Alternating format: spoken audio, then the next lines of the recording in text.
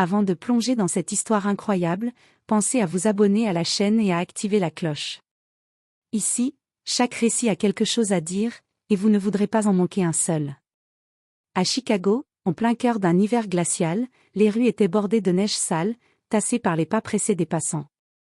Le vent sifflait entre les immeubles de briques rouges, mordant les visages, s'insinuant dans les vêtements comme une lame invisible. Sarah Mitchell, 26 ans, avançait rapidement sur un trottoir glissant, serrant les dents à chaque bourrasque. Son manteau trop fin, acheté il y a des années en solde, collait à sa peau humide. Ses chaussures usées prenaient l'eau, et chaque pas lui rappelait à quel point elle était à bout physiquement, mentalement, émotionnellement. Dans ses bras, protégée par une vieille couverture élimée au motif d'ourson décoloré, sa fille de 6 mois, Lily, dormait malgré le froid. Sa petite bouche bougeait parfois dans son sommeil, à la recherche d'un sein, d'un biberon, ou simplement d'un peu de chaleur maternelle. Sarah veillait à la maintenir contre son cœur, essayant de lui transmettre un peu de la chaleur qu'elle n'avait plus en elle. Elle se dirigeait vers la supérette du coin, une boutique de quartier dans le South Side, à quelques pâtés de maison de l'appartement miteux qu'elle risquait de perdre dans les jours à venir. Le père de Lily était parti depuis longtemps, au début de sa grossesse. Disparu sans explication, sans adieu, sans responsabilité. Il lui avait laissé des promesses creuses, et un loyer impayé. Depuis, Sarah se battait seule. Serveuse le soir dans un bar mal fréquenté, livreuse le jour dans les rues de la ville, elle n'avait plus que ses poings serrés et son amour de mère comme moteur. Mais même ça commençait à s'user. Ce matin-là, elle avait exactement $9.43 sur son compte. Elle le savait, elle avait vérifié au distributeur. Elle n'avait pas mangé depuis la veille. Pas de quoi acheter un café, ni un sandwich. Mais Lily avait besoin de couches. L'humidité dans ses vêtements devenait un risque. Son besoin était plus urgent que le sien.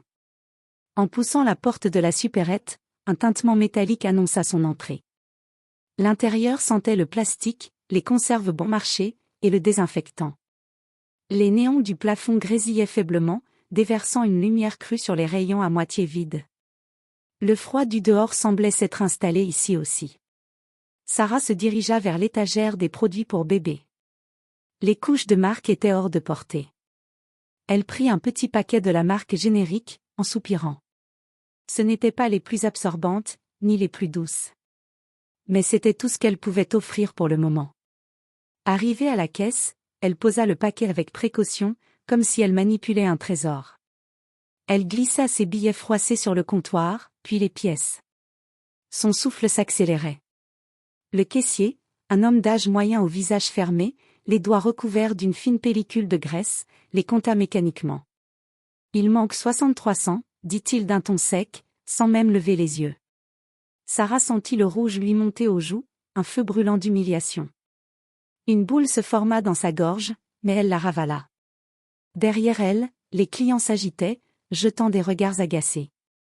Elle sentit leurs murmures, leurs jugements silencieux, leur hâte. « Attendez, j'ai peut-être. » murmura-t-elle en fouillant dans son sac. Ses doigts tremblaient.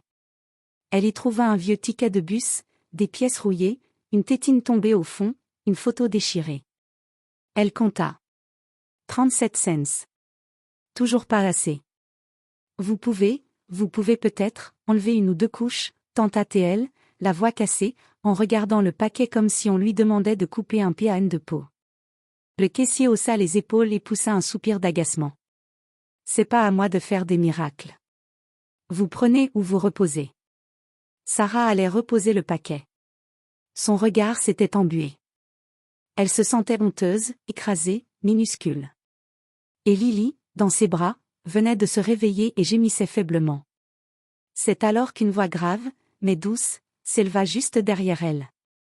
Une voix calme, assurée, presque irréelle dans ce décor de fatigue et de misère. Je prends le reste.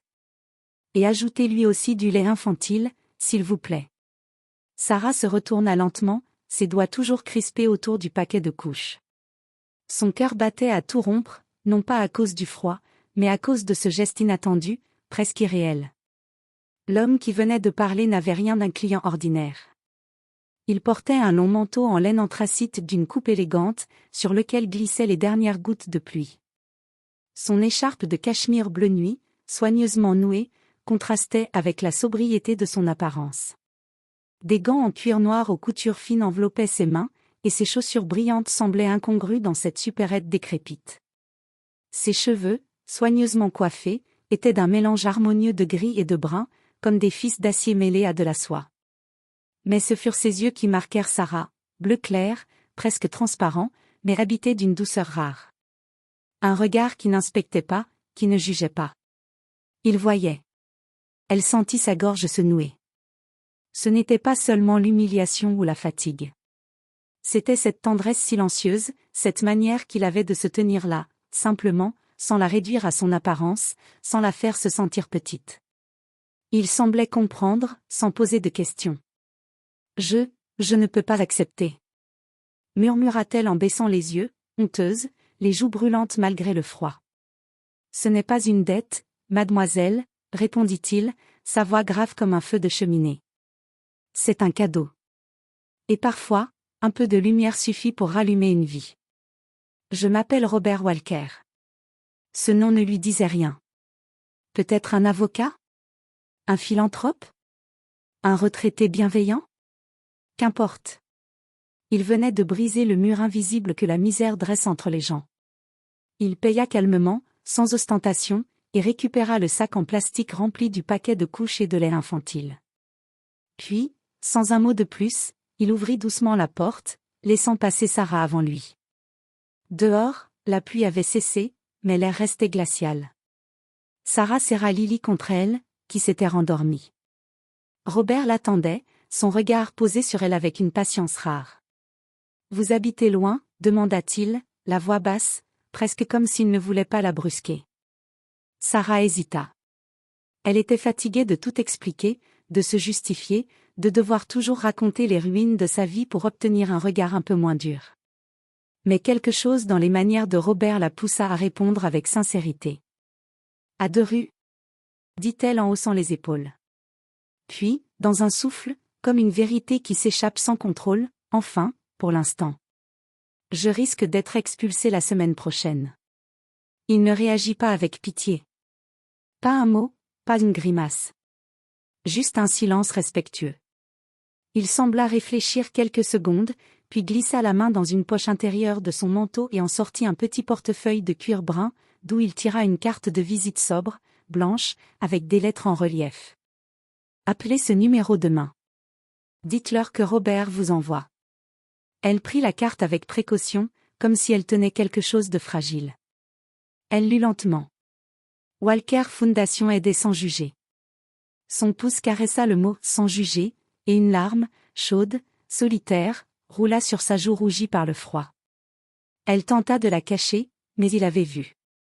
Il ne dit rien. Il ne la força pas à parler. « Merci, monsieur Walker, dit-elle, la voix brisée. Il lui sourit, un vrai sourire, de ceux qu'on offre sans attendre de retour. Il hocha la tête légèrement, presque avec humilité.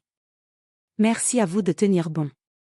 Vous avez plus de courage que vous ne le pensez. » Puis, il tourna les talons et s'éloigna, sa silhouette se fondant peu à peu dans la grisaille de la rue. Sarah resta là quelques instants, immobile. Son cœur était encore lourd, sa situation inchangée, mais quelque chose avait bougé. Comme si une main invisible avait entrouvert une porte, quelque part, là où elle pensait qu'il n'y avait plus que des murs. Le lendemain matin, Sarah se réveilla avec un nœud dans l'estomac. Lily babillait doucement à côté d'elle, emmitouflée dans une couverture posée à même le matelas. L'appartement était glacial, le chauffage coupé depuis 2 jours. Ses doigts tremblaient lorsqu'elle prit la carte blanche posée sur la table de chevet.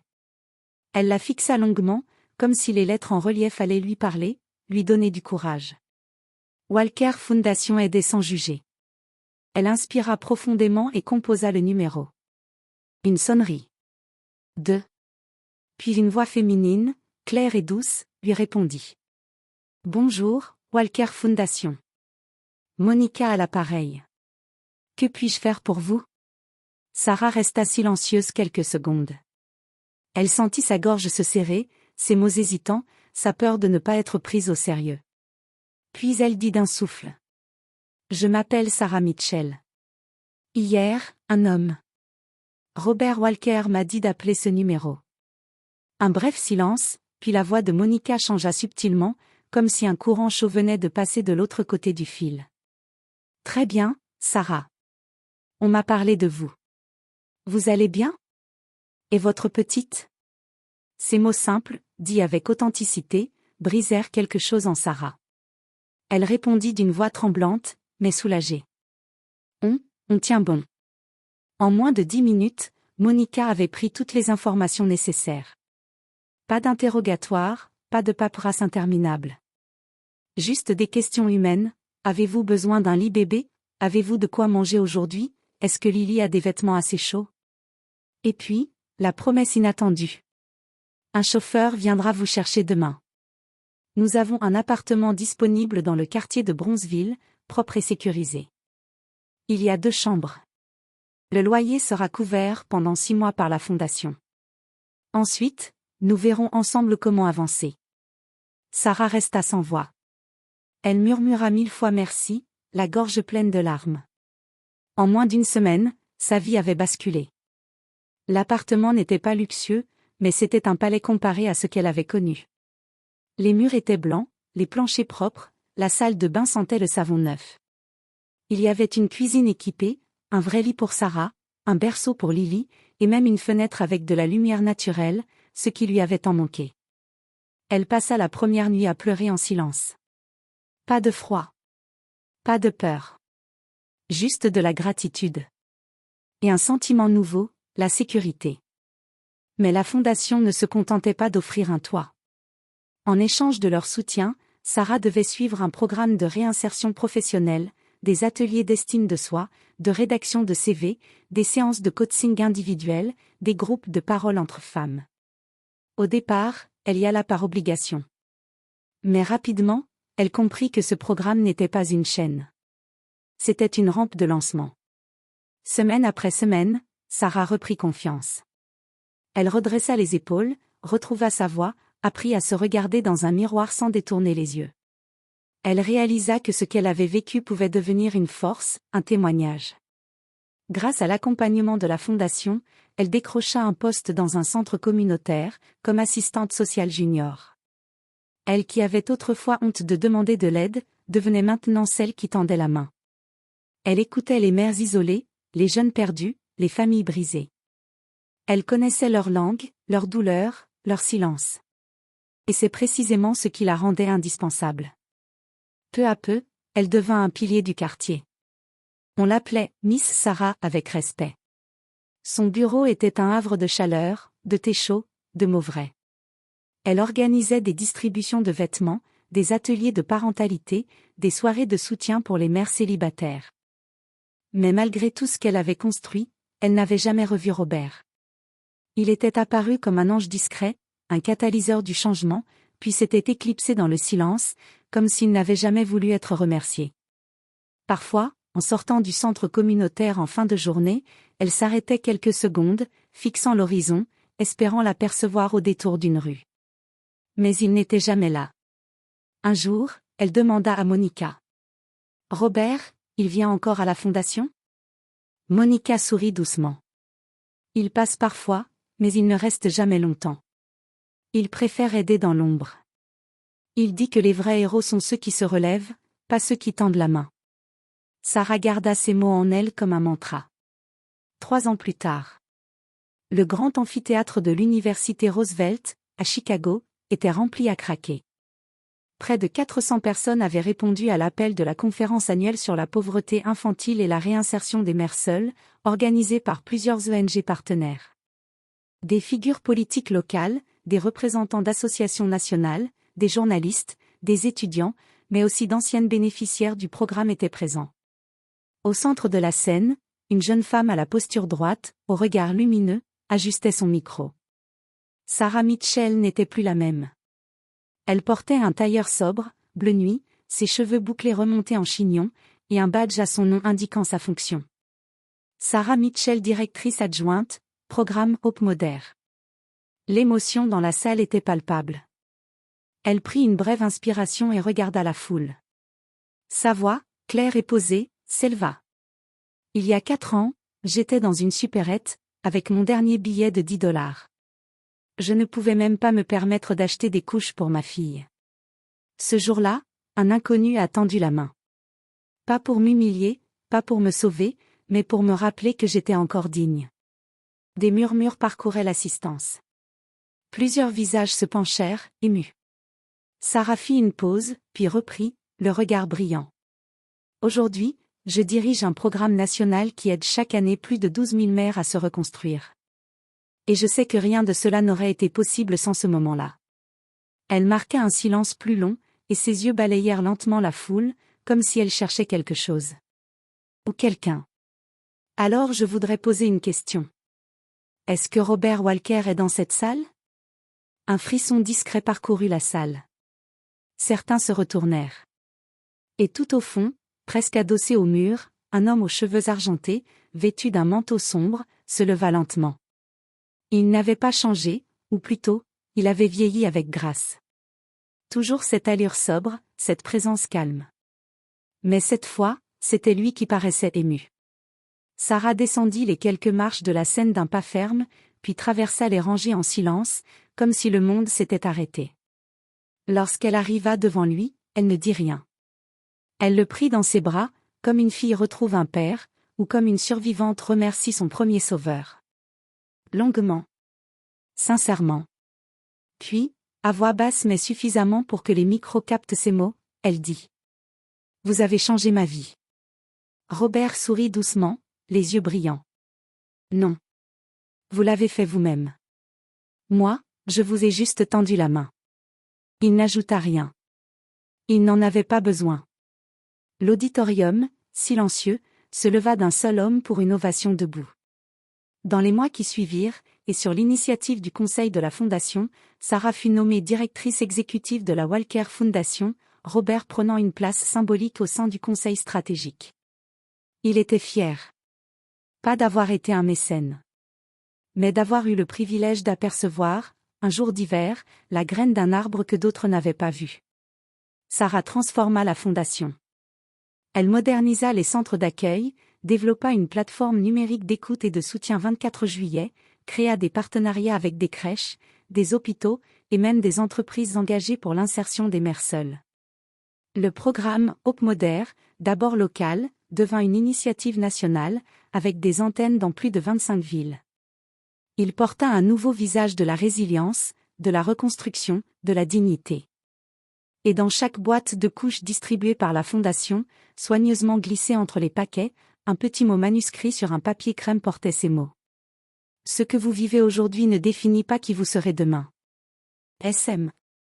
Ce petit papier, humble et discret, fut parfois gardé précieusement par des femmes, accroché au frigo, glissé dans un journal intime ou collé sur un miroir. Parce qu'il disait l'essentiel. Parce qu'il venait de quelqu'un qui savait. Et chaque fois qu'on lui demandait comment tout avait commencé, Sarah répondait toujours, avec un sourire discret. Un homme a payé des couches. Et ça a suffi à faire basculer une vie.